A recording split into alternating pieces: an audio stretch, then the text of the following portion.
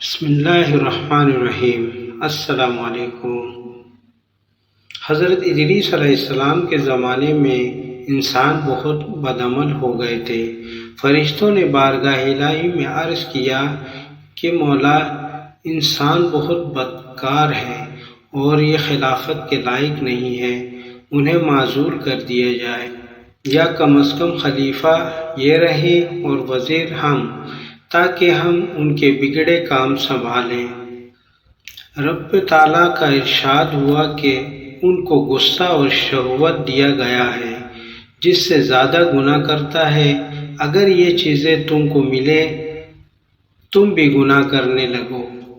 فرشتے بولے کہ مولا کریم، ہم تو گناہ کے پاس بھی نہ جائیں گے، خواہ کتنا ہی غصہ اور شہوت ہو۔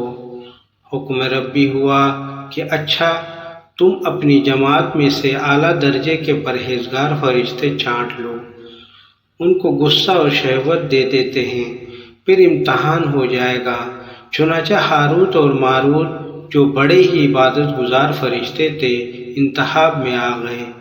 اللہ تعالیٰ نے ان کو یہ چیزیں یعنی غصہ اور شہوت دے کر شہر بابل میں اتار دیا اور فرمایا کہ تم قاضی بن کر لوگوں کا فیصلہ کیا کرو اور روزانہ اسم اعظم کے ذریعے شام کو آسمان پر آ جایا کرو۔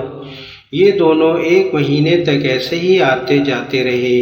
اتنے عرصے میں ان کے عدل و انصاف کا عام چرچا ہو گیا اور بہت مقدمے ان کے پاس آنے لگے۔ ایک روز ایک نہایت حسین و جمیل عورت نے، جس کا نام زہرا تھا، یہ ملک فارس کی رہنے والی تھی، اس نے اپنے خاوند کے خلاف مقدمہ دائر کیا۔ یہ دونوں اسے دیکھتے ہی عاشق زار ہو گئے اور اس سے برے کام کی خواہش کی۔ اس نے کہا، میرا دین کچھ اور ہے اور تمہارا دین کچھ اور اختلاف ہوتے ہوئے یہ نہیں ہو سکتا۔ نیز میرا شوہر بہت غیرت مند ہے، اگر اسے خبر لگ گئی تو مجھے قتل کر دے گا، لہٰذا پہلے تو آپ میرے بت کو سجدہ کرو اور پھر میرے شوہر کو قتل کرو، پھر میں تمہاری اور تم میرے۔ انہوں نے انکار کر دیا اور وہ چلی گئیں، مگر ان کے دل میں اس کے عشق کی آگ بھڑک گئی۔ آخر اسے پیغام بھیجا کہ ہم تیرے گھر آنا چاہتے ہیں۔ عورت نے کہا، سر آنکھوں پر۔ یہ دونوں اس کے گھر پہنچ گئے۔ اس نے اپنے آپ کو آراستہ کیا اور ان سے بولی کہ یا تو آپ لوگ مجھے اسم اعظم سکھا دیں، یا بت کو سجدہ کریں، یا شوہر کو قتل کریں، یا شراب پی لیں۔ انہوں نے سوچا کہ اسم اعظم اسرار الہی ہے، اس کو ظاہر کرنا بہت ظلم ہے، بت پرستی کرنا شرک ہے اور قتل حق العباد۔ لاؤ شراب پی لیں۔ چنانچہ شراب پی لی۔ جب شراب پی کر مست ہو گئے، زہرا نے ان سے بت کو سجدہ بھی کروا لیا، اپنے شوہر کو قتل بھی اور اسم اعظم بھی پوچھ لیا۔ زہرا تو اسم اعظم پڑھ کر صورت بدل کر آسمان پر پہنچ گئی۔ حق تعالیٰ نے اس کی روح کو زہرا ستارہ سے متصل کیا اور اس کی شکل زہرا ستارہ کی طرح ہو گئی۔ جب ان کا نشہ اترا تو یہ اسم اعظم بھول چکے تھے اور اپنے کیے پر نادم و شرمندہ تھے۔ حق تعالیٰ نے فرشتوں سے فرمایا کہ انسان میری تجلی سے دور رہتا ہے۔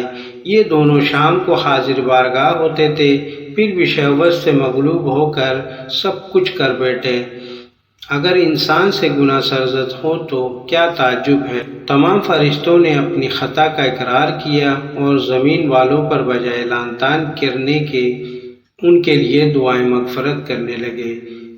پھر یہ دونوں حضرت ادریس علیہ السلام کی بارگاہ میں حاضر ہوئے اور شفاعت کے طالب ہوئے۔ آپ نے ان کے حق میں دعائیں مغفرت کی۔ بہت روز کے بعد حکم الہی آیا کہ ان کو اختیار دیجیے کہ یہ یا تو دنیاوی عذاب قبول کر لیں یا آخرت کا۔ حضرت ادریس علیہ السلام نے انہیں حکم الہی پہنچایا۔ انہوں نے عرض کیا کہ یا نبی اللہ، دنیا کا عذاب فانی اور آخرت کا عذاب ابد الآباد تک باقی رہے گا۔ ہم کو دنیاوی عذاب منظور ہے، چنانچہ حق تعالیٰ نے فرشتوں کو حکم دیا کہ ان دونوں کو لوہے کی زنجیروں میں جکڑ کر بابل کے کنویں میں اوندا لٹکا دیں۔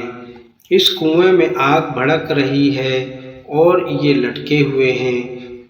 فرشتے باری باری سے ہر وقت ان کو کوڑے مارتے ہیں، سخت پیاس سے ان کی زبانیں باہر لٹکی ہوئی ہیں۔ یہ عذاب قیامت تک ایسا ہی شدید رہنے والا ہے۔ اللہ تعالیٰ سے دعا ہے کہ ہم سب مسلمانوں کو گناہ سے بچنے کی توفیق دے، آمین۔